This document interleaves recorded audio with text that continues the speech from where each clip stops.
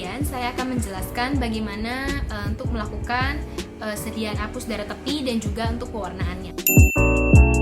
Nah, pertama-tama penting untuk kita menyiapkan beberapa alat yang kita perlukan, yaitu adalah kaca objek, kaca penggeser, kemudian rak untuk mewarnai sediaan, metanol absolut, dan juga kita jangan lupa untuk menyediakan pipet tetes serta reagen Wright.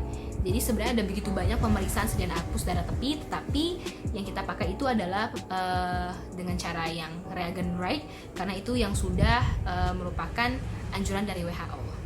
Nah, setelah kita mengetahui apa saja alat dan bahan yang kita perlukan untuk membuat sediaan hapus darah tepi, sekarang saya akan menjelaskan bagaimana cara membuatnya. Pertama, siapkanlah dulu objek gelas, jangan cuma satu, tapi kita coba siapkan lebih dari satu, misalnya 4 objek gelas. Kemudian kita menggunakan pipet tetes untuk meneteskan darah di atas objek gelas tersebut.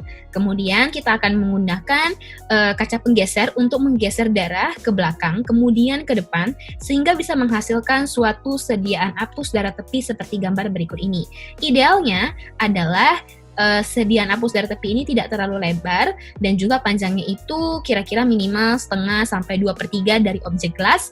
Kemudian juga ada area yang cukup tipis, tidak berlubang-lubang ataupun tidak bergaris-garis, alias sediaan hapus ini harus rata, dan kemudian sediaan hapus ini juga diharapkan itu sesuai dengan kriteria. Nah, kalau misalnya sesuai dengan kriteria, maka kita bisa lanjutkan lagi dengan menaruh objek gelas ini ke rak untuk dilakukan proses pewarnaan. Jadi kita tunggu dulu sampai sediaan hapus ini sudah benar-benar kering, kemudian kita akan teteskan metanol absolut penuh sampai ke semua objek gelasnya, dan kita tunggu minimal selama 10 menit. Kemudian jika sudah, kita akan langsung lanjutkan dengan pewarnaan dengan reagen Wright, di mana nanti kita akan biarkan itu reagennya penuh sampai ke semua bagian sisi objek gelas, karena kalau terlalu sedikit atau terlalu tipis, takutnya nanti saat dibersihkan posisi pewarnaan Wright ini tidak bisa benar-benar lepas, jadi nanti takutnya jadi terlalu kotor. Jadi kita biarkan saja sampai penuh, kemudian kita tunggu selama 2-3 menit, lalu kita berikan buffer yang pH-nya 6,4, kemudian kita tunggu selama 5-12 menit. Jika sudah, kita akan bilas dengan air mengalir, jangan terlalu kuat, tapi juga jangan cuma hanya menetes saja airnya, jadi disesuaikan saja. Kemudian jika sudah, kita akan langsung keringkan dengan posisi vertikal, dan jika sudah, kita akan langsung lakukan pemeriksaan di mikroskop. Nah, jadi kita kalau mau tahu apakah hasil dari sediaan hapus darah tepi kita ini bagus atau tidak, itu adalah sel darah merah itu harus saling bersinggungan. Jadi tidak terlalu berdekatan ataupun tidak terlalu berjauh-jauhan antar satu dengan yang lainnya pada sel darah merah tersebut. Nah, kemudian inilah kira-kira yang akan kita lihat, yaitu adalah beberapa jenis-jenis leukosit, yaitu adalah neutrofil segmen, neutrofil batang, eosinofil, limfosit, monosit, dan juga basofil yang akan saya coba untuk jelaskan lebih lanjut lagi. Nah, jika kita sudah memasangkan objek gelas itu ke mikroskop, maka ada beberapa sel-sel darah yang bisa kita lihat, yaitu adalah sel leukosit, di mana sel leukosit itu ada neutrofil, di mana neutrofil bisa kita lihat itu ada neutrofil segmen, neutrofil batang, kemudian juga ada eosinofil, kemudian juga ada limfosit, monosit, dan juga basofil. Nah, saya akan menjelaskan beberapa ciri-ciri dari sel leukosit ini. Jadi, yang pertama itu yang paling khas, yang cukup kelihatannya berbeda di antara yang lain itu adalah eosinofil, karena memiliki granul yang berwarna jingga. Kemudian ada neutrofil. Neutrofil ada 2, ada neutrofil segmen dan juga neutrofil batang. Kalau kita lihat perbedaannya pada neutrofil batang, itu inti selnya itu melekuk dan lekukannya itu sudah lebih dari setengah diameternya.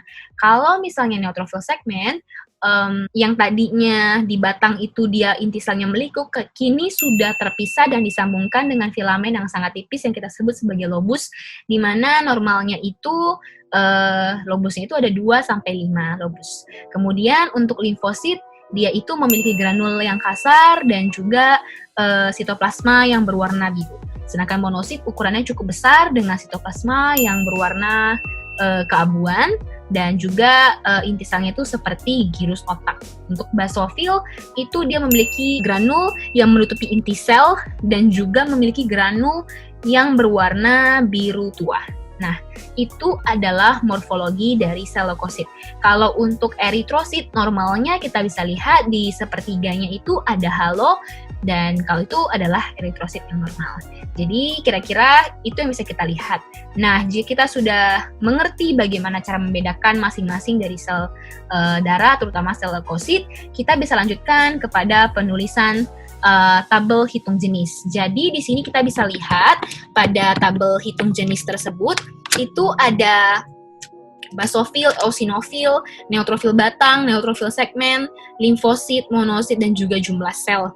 Jadi di sini kita akan melihat sampel yang sudah kita taruh di atas mikroskop itu dari atas ke bawah, kemudian dari bawah naik lagi ke atas, dan seterusnya. Kita akan melihat setiap lapang pandang ada berapa banyak jumlah basofil, eosinofil, batang, segmen, limfosit, dan juga monosit, di mana dibagi menjadi ada 10 baris di situ. Ada 1, 2, 3, 4, 5, 6, 7, 8, 9, dan 10. Di setiap baris yang pertama itu menandakan artinya adalah lapang pandang pertama. Jadi di lapang pandang pertama kita bisa lihat ada sel apa saja dan kita tuliskan berapa jumlahnya. Syaratnya di setiap kolom tersebut itu harus terisi angkanya jumlah selnya itu sampai 10. Sehingga totalnya nanti yang kita lihat adalah 100 sel yang artinya persentasenya adalah 100%. Jadi misalnya kita lihat basofil jumlahnya hanya ada 1, artinya 1%. Eosinofil ada 3, artinya 3%. Batang ada 6, artinya 6%, dan seterusnya.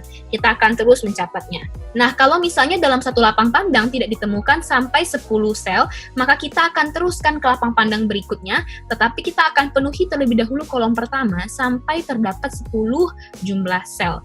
Seterusnya, dan kita akan melihat jumlahnya berapa. Dan kita kalau sudah, kita langsung lihat saja hasilnya, bagaimana, apakah hasilnya normal atau ada yang meningkat atau ada yang kurang dari normal angkanya. Dan itu kita semua bisa menilainya dengan nilai rujukan.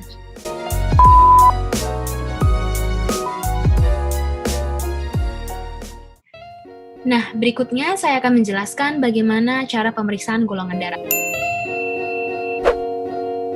Pertama-tama kita harus menyiapkan beberapa reagen-reagen yang kita butuhkan seperti anti-A, anti-B, anti-AB, dan juga anti-D yang sudah disesuaikan warnanya pada masing-masing botol. Kemudian kita juga akan menyiapkan sebuah kartu yang di dalamnya itu ada 4 buah lingkaran yang di masing-masing bernama anti-A, anti-B, anti-AB, dan juga resus. Jadi di sini yang anti-D itu adalah untuk pemeriksaan resus, apakah resus positif atau resus negatif. Nah, jadi jika sudah, kita akan pertama-tama mengambil darah pasien, bisa menggunakan fungsi kapiler, kemudian seperti yang sudah saya jelaskan sebelumnya. Kemudian setelah itu kita ambil darahnya ke masing-masing lingkaran yang sudah ada di kartu tersebut. Seperti ini gambarnya. Jadi kita masing-masing darahnya kita berikan, baik itu di anti-A, anti-B, anti-AB, dan juga resus. Nah, kemudian setelah itu kita lihat hasilnya. Jika tidak mengalami aglutinasi sama sekali, artinya artinya golongan darah pasien tersebut adalah golongan darah O. Kenapa? Karena sebelumnya kita tahu bahwa golongan darah A misalnya itu memiliki antigen A dengan anti B. Jadi ketika makanya sesuai dengan teori akan terjadi aglutinasi. Nah, sekian apa yang bisa saya sampaikan dari semua yang sudah saya jelaskan dari awal sampai akhir, sekiranya dapat dimengerti dengan baik, dan terima kasih untuk perhatiannya.